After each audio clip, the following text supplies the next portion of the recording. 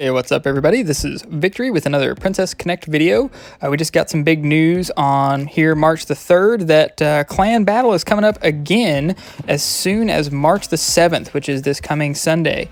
And we're going to have a new lineup of bosses. So I wanted to go over the new bosses today and maybe some examples of teams that could work pretty well against these new bosses to help you get prepared and know who maybe you should be leveling up between now and when Clan Battle starts. And Clan Battle is going to start on Sunday, March the 7th and run through March 11th. So it's basically a 5-day Clan Battle. And we'll go through the new bosses one by one. First up is the Wyvern.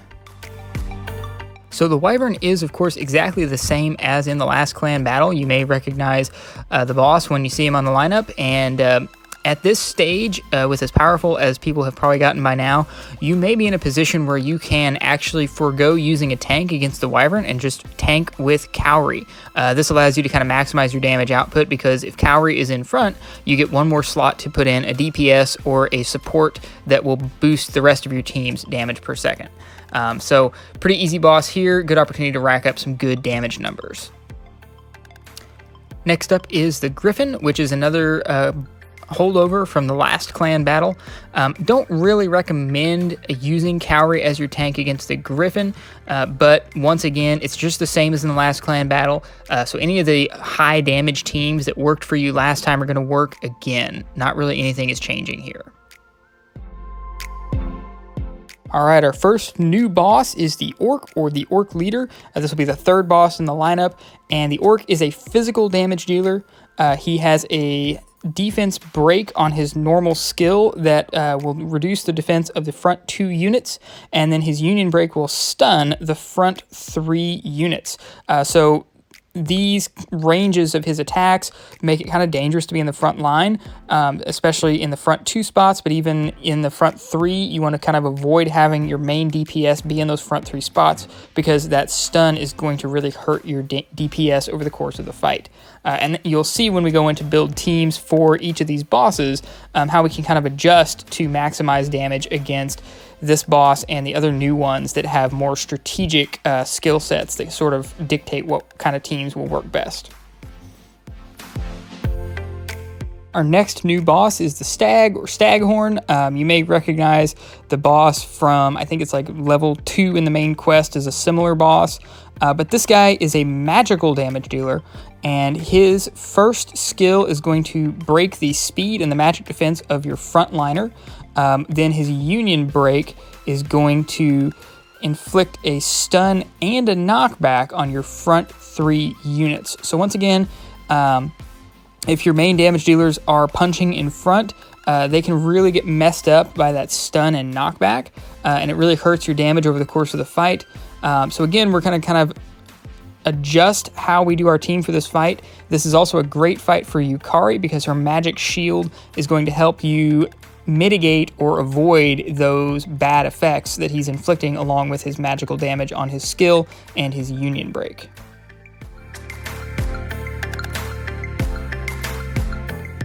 Okay, and the final boss of the new Clan Battle, this is another new one as well, the Minotaur. I think they call him probably like Taurus in game, because I think all of the final bosses have a zodiac theme. But anyway, the Minotaur is another physical damage dealer, and this guy does a lot of damage and has a pretty crippling kit. He actually has 2 skills. One is going to do a stun and a knockback on your tank. One is going to paralyze your front 3 units, and then he has a union break that hits the entire team, as well as inflicting burn damage on, again, the entire team. So this is one where you can probably expect at least 1 or 2 of your units to get KO'd before the fight is over. So it's going to be a matter of trying to just figure out what's the optimal setup to do the most damage during that fight, even if a couple of people fall off before it's over.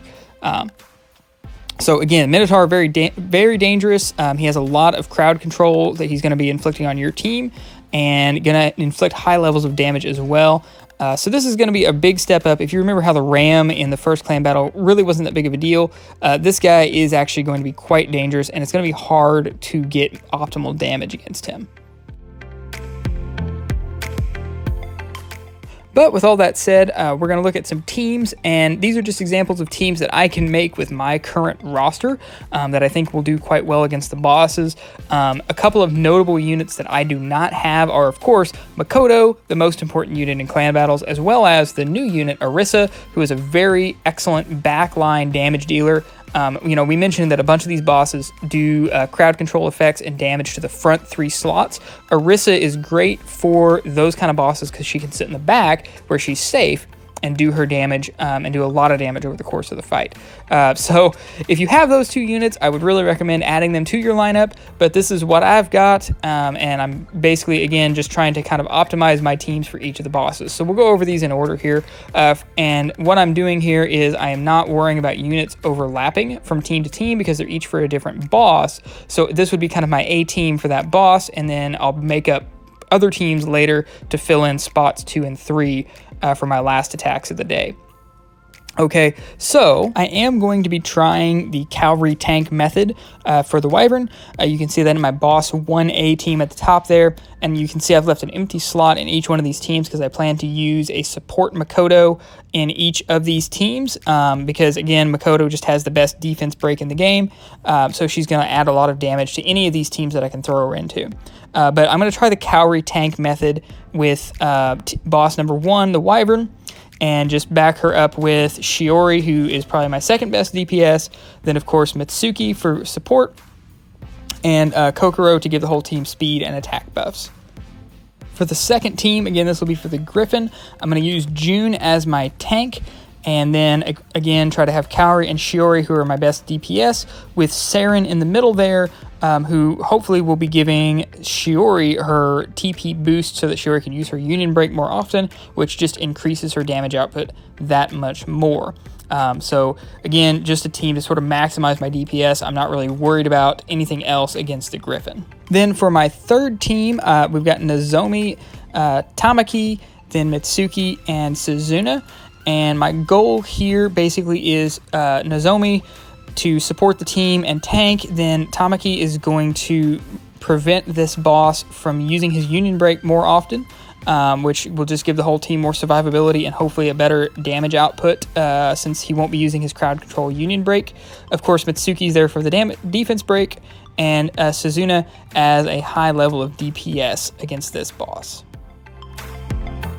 Then for the fourth boss, you can see that a lot of the same units are getting used on each of these A teams, but it's, we talked in my first clan battle video about there's a lot of 1 and 2 star units who can fill in and do good damage or be decent supports for your clan battle teams, so I would be using all of those like Eriko, Hiyori, Mimi, if I can get her in time. I'd be using units like those to fill in the blanks here with my B and C teams for each boss, but I just wanted to show you guys the A teams because I pretty much have those set up. Anyway, for boss number 4, again, this is a magic damage dealer, the Stag, so Yukari's magic shield is going to be very important. I want to have Suzuna and Shiori in the back so that they can do the most possible damage.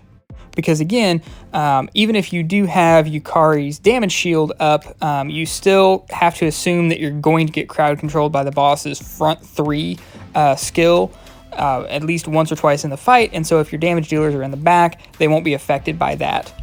Using the same kind of philosophy for my 5th team. So on the 5th team, I'm using Miyako in front because out of the tanks, she has the best defenses against a physical attacker, so she is the most likely to survive the fight.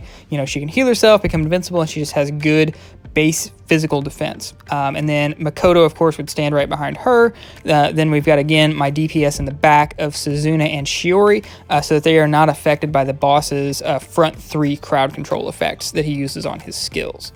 Okay, so again, these are my A teams for these bosses, and like I said, I'll be using kind of some filler units and whatever I can to get the gaps filled in for my B and C teams.